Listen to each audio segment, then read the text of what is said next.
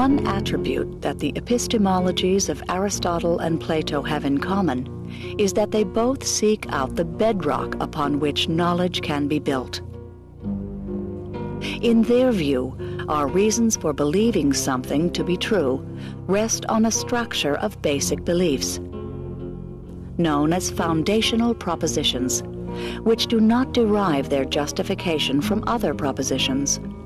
This view is called foundationalism. The main challenge to foundationalism, first articulated by the Greek philosopher Pyrrho of Elis, is how do you know when you've struck bedrock?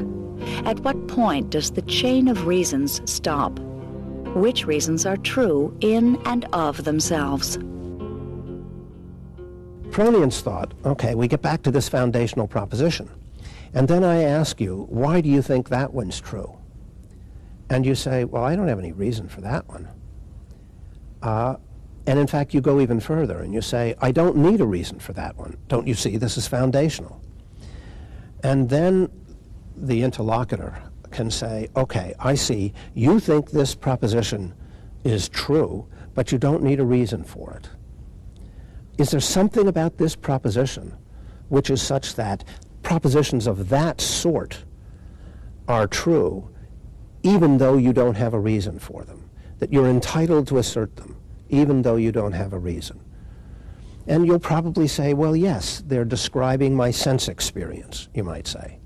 Or you might say, yes, they're describing mental states to which I have access, like pain.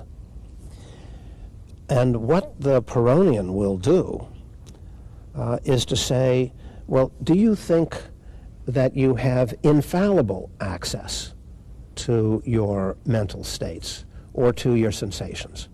And either you can say yes or you can say no.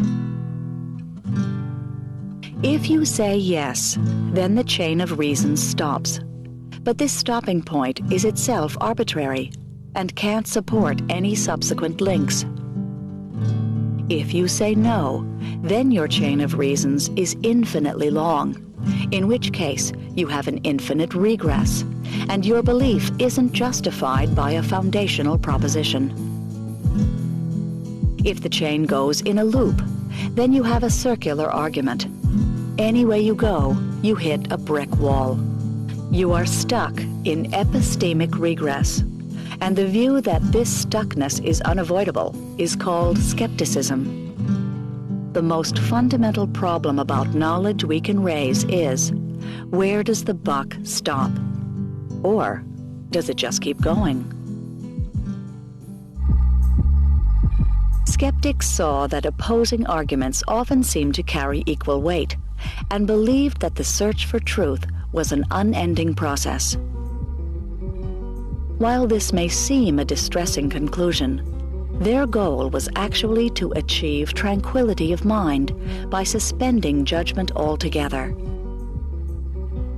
They rejected dogma in all its forms, and skeptics since the time of Pyrrho have believed that all philosophical systems are suspect because they far exceeded the limits of what can be known. The main basic principle of the skeptic system is that of opposing to every proposition an equal proposition. For we believe that as a consequence of this, we end by ceasing to dogmatize. Despite the power of their arguments, the skeptics failed to wipe out foundationalism, and it continues to be the most commonly held epistemological view.